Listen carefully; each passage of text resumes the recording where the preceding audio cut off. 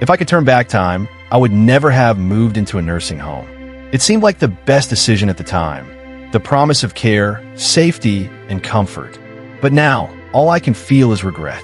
Before you make the same mistake I did, here are 5 hard truths you deserve to know. First, you lose a piece of yourself. The woman I used to be is slowly slipping away in this place. I'm just another face in a crowd, no longer recognized for the unique person I am. Second, your independence vanishes. Simple choices, like when to eat or go for a walk, are no longer yours to make. You're constantly asking for permission, and it's suffocating. Loneliness creeps in too. You're surrounded by others, yet no one truly connects. The silence of isolation becomes unbearable. You'll also miss the little comforts of home. The familiar smell of your kitchen, the coziness of your own space. It's all gone, replaced by routines that aren't yours. Lastly, leaving isn't easy. What you think will be temporary becomes permanent, and the longer you stay, the harder it is to imagine life outside these walls. When I first moved into the nursing home, I thought it would just be a temporary change. I didn't realize how deeply it would affect who I was, or who I used to be. It didn't take long for me to notice the shift. I went from being a person with a history, with a life full of stories, to just another number, another room number to be remembered or more often forgotten. I remember the first time I heard someone call me dear instead of my name. It didn't feel like the warm, affectionate term it was meant to be. It felt like a label. Dear, can I help you with that? Dear, it's time for dinner. I wasn't named anymore. I wasn't Mrs. Carter, the woman who loved jazz and used to teach literature. I was just the old lady in room 214. It was then that I began to realize how much I was disappearing. No one here knew me. They didn't know I spent my youth in smoky jazz clubs, my fingers dancing over the piano keys, bringing life to the music I loved.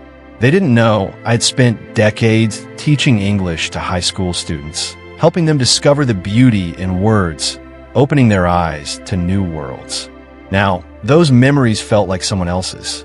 They didn't matter here. I was no longer a teacher, a lover of jazz, or a mother. I was just another face in a sea of others, all of us forgotten by the world outside. The first time I really felt this shift was when the nurses were going over a list of medications with me. I was asked, "How's your heart today, dear?" There was again my identity being stripped away, replaced by a term that could belong to anyone.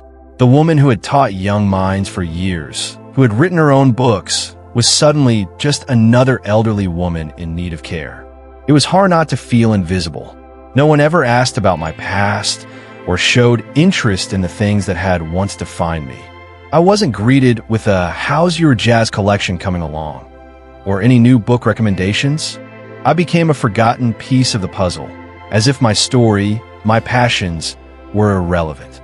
The people around me, whether the staff or other residents, couldn't see me for who I truly was.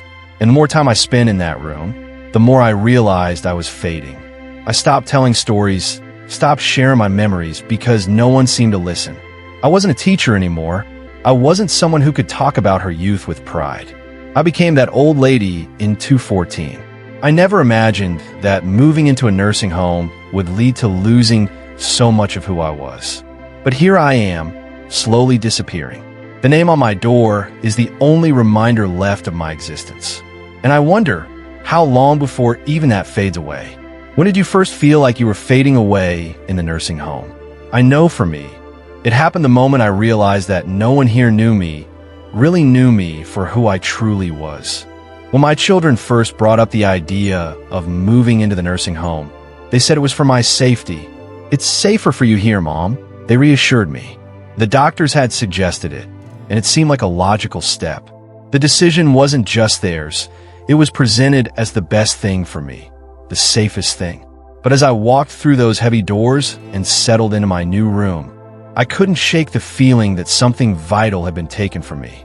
I thought I'd feel secure, protected, but instead, it felt like I had traded my freedom for a false sense of safety. The place was like a padded prison, the kind of place where everything is cushioned and controlled, but it isn't home. The walls are soft, the schedules are rigid, and the staff is always watching. It's safe, but it's suffocating. At first, I told myself that I could adjust. I convinced myself that being taken care of, not having to worry about cooking or cleaning, was a fair trade-off. But it didn't take long to realize the toll it took on my soul. I had once been someone who chose my own path, made my own decisions. I loved taking walks through the neighborhood, deciding what to have for dinner, arranging my day the way I saw fit. Here, I don't choose. There's a schedule for everything. They tell you when to wake up, when to eat, when to sleep. Every day feels like it's on repeat, and I find myself waiting for something, anything, to change. I stopped living the day, I stopped choosing. The more I stayed here, the more I felt my spirit wither. My choices were stripped away, one by one. My freedom to come and go as I pleased, my ability to decide how I wanted to spend my time, my chance to make a simple decision like whether I'd have tea or coffee, all of it was gone. I miss the little things the most. I miss deciding what to wear based on how I felt that day. I miss being able to take a walk down the street without someone asking where I'm going or reminding me that I can't go too far. I miss the simple pleasure of being alone in my own space, without a schedule hanging over me, without the constant reminders of my limitations. The truth is, I traded my freedom for safety, but I didn't realize how much it would cost me. Yes, I'm physically safer here, but my soul feels trapped. I can't help but wonder, was this really the best choice? I thought I was doing the right thing by being safe, but now, looking back, I can't help but feel like I've lost more than I've gained. What freedoms did you give up that you now miss most? For me, it's the ability to choose to live on my own terms. I would give anything to feel that again. At first, I was surrounded by people. Lots of people. The nurses, the aides, the residents, all moving around, chatting, going about their days. It seemed like there would be no room for loneliness here. I thought being with others would fill the void I had felt for years as my health slowly declined. I thought that being in a place with so many people would make me feel connected again. But as time passed, I realized something. Being surrounded by others doesn't mean you're truly seen. In the beginning, I tried to strike up conversations with my fellow residents, but it wasn't the same. We were all in different stages of life, and many of them were too far along in their own struggles to really engage. The staff was always busy, rushing around to take care of everyone's needs. Sure, they checked in on me, but there was no real conversation, no genuine connection. It felt like I was just one more name on the list. I used to talk to my plants back home. They were my companions, my silent listeners. Every day, I'd water them, tell them how beautiful they looked, and admire how they thrived under my care. Wasn't much, but it gave me a sense of purpose, a sense of being. But now, in this place, I talk to the clock. Time becomes my only companion. The hours tick by, one after another, with no one to share them with. The clock seems to mock me, reminding me that I'm waiting for something, though I don't know what. Loneliness doesn't go away when you move into a nursing home. It deepens. I thought that by being around others, I wouldn't feel so isolated. But it's not the same. There's no one here who truly knows me. No one who remembers the things I used to love or the life I once had. I miss the sound of my husband's laughter, the way he'd joke around with me in the mornings, or the way we'd sit together in the evenings, sipping tea and talking about the day. I miss the simple comfort of his presence, the knowledge that I was truly seen, truly heard. The days are long here, and the people are many, but the loneliness grows stronger with each passing hour. It's a deep, aching kind of loneliness, the kind that comes not from being alone, but from being surrounded by people who don't really know you. It's like being invisible. After I moved, I started to miss my family more than I ever expected. I missed the warmth of their voices, the way they'd visit me on weekends, and the way they knew exactly how to make me smile. But most of all, I miss my husband, who is no longer here to fill the quiet. His absence is a constant ache in my heart, a reminder of everything I've lost. Who did you miss most after the move? For me, it was him, my best friend, my companion, the one person who truly saw me. When I first moved into the nursing home, I thought I was just leaving behind a house. I imagined that everything I cherished could easily be replaced. But as the days wore on, I realized something deeper. I wasn't just leaving my home behind. I was leaving my life, the very essence of who I was, and the things that made me feel connected to all. I remember my favorite mug, the one that had a small chip on the rim, a souvenir from a trip my husband and I had taken years ago. It wasn't much, but it was mine. Every morning, as I drank my tea from that mug, I could feel the comfort of home, even when the world outside felt chaotic. But that mug is gone now. The new place, this new life, doesn't hold any of my little treasures. My favorite porch chair, the one where I used to sit and watch the sunset, is gone too. And the smell of old books, oh, how I miss that scent. The musty pages, the weight of a well-loved book in my hands. Those moments used to ground me, remind me of a life well lived. But none of that came with me. It wasn't just the things I left behind. It was the memories, the pieces of my life that didn't fit in the suitcase I was given. Those objects weren't just objects. They held the stories of my life. My mug had seen me through countless quiet mornings. My porch chair had been a place of reflection, and the books held all the stories I had devoured over the years, each one a small part of my journey. Without them, I feel unmoored, adrift in a place that doesn't understand the importance of those small things. The people here are kind, but they don't know the little things that made me who I am. They don't know that I always preferred a cup of tea in the afternoon, or that I loved reading mysteries late into the night. I feel like I've lost a part of myself, a part of my identity in all the things that were left behind. It's like I've been reduced to the barest essentials, with nothing left to remind me of the life I had before. It wasn't just the comfort of my own space, but the belonging that those things gave me. They were pieces of my world, and without them, I feel a little less whole. The days here blur together, and every corner of this place feels unfamiliar, as though it belongs to someone else. It's as if I've become just another resident, just another face in the crowd. What little thing do I still ache for? My mug, my chair, my books. They were small things, but they held so much of me in them. They were pieces of home, pieces of who I was, and they're gone now.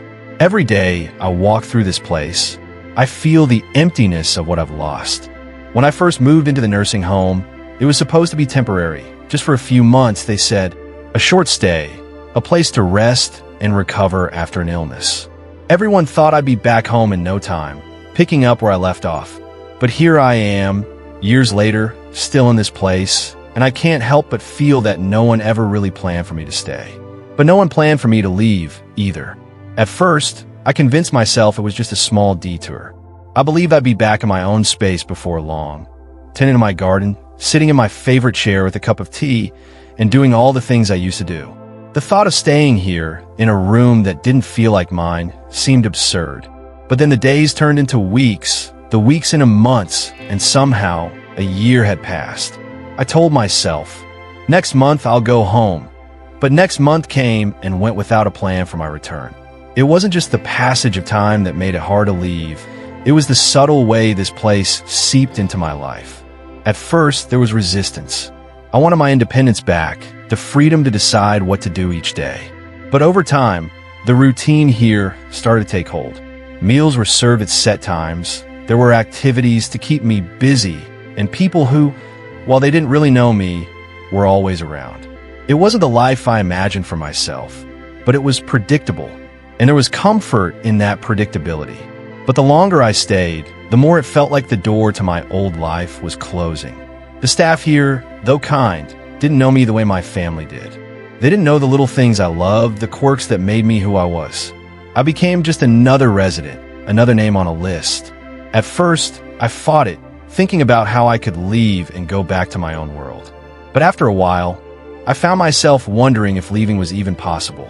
The outside world seemed so far away, so distant. I began to wonder if I had a place there anymore. The hardest part was realizing that I was stuck in a limbo. My family, busy with their own lives, couldn't seem to find the time to help me move back home. And with every passing year, I grew more unsure of how to ask for that freedom again. The promises made to me, promises of a short stay and a quick return, faded into the background. It became clear that no one had really planned for me to leave. What kept me from leaving when I first wanted to? Part of it was fear, the fear that I wouldn't be able to manage on my own anymore, that I wouldn't be able to take care of myself. But part of it was also the reality that once you're in, it's hard to get out. There are no easy answers, No simple paths back to the life you had before. And after a while, the idea of leaving started to feel more like a distant dream than a real possibility. I don't share this to scare you. I share it because I wish someone had shared these truths with me before I made the decision to move into the nursing home. If I had known what I know now, maybe I would have asked more questions, considered other options, or simply taken more time to think. This place isn't what they promise it will be. It isn't just a place for rest and recovery. It's a world where your independence slowly fades, where you become just another face in a crowd of people who don't really see you. Before you make the same mistake I did, ask questions. Talk to people who've been through it. And I don't just mean the staff or the brochures. Talk to people who live here. Ask them how it really feels, how it feels to lose your sense of self, to have your decisions made for you. Ask about the loneliness, the slow erosion of your memories, and the quiet way your soul begins to feel locked away. Don't let a glossy brochure or a kind voice over the phone convince you that this is your only choice. Visit often. Don't just leave your loved ones here and forget about them. They need you, even when they say they don't. The more you're here, the more you'll see the small, quiet details that no one else notices. The lonely looks, the moments when your loved one's eyes light up just by seeing you. Being involved is more than just checking in once in a while. It's about being present, about reminding them that they matter, that they're more than just a name on a door. Think ahead. This isn't just about finding a place to live. It's about finding a place where you can truly thrive. Don't just move in and leave it at that. Think about the future, your future, and whether this is a place that will respect you, your memories, and your desires. If you or someone you love is considering a nursing home, take the time to talk to someone who's lived it. Ask them the tough questions. Get the real answers. And please, share this with someone who needs to hear it, because no one should have to make this decision without fully understanding what it means. The hardest part about being here is realizing that it's not just a change of address. It's a loss of identity, of freedom, and of connection. But you don't have to make the same mistakes I did. Ask the right questions, stay involved, and never stop thinking ahead. Because if you don't, it might just be too late before you realize that this isn't the life you wanted.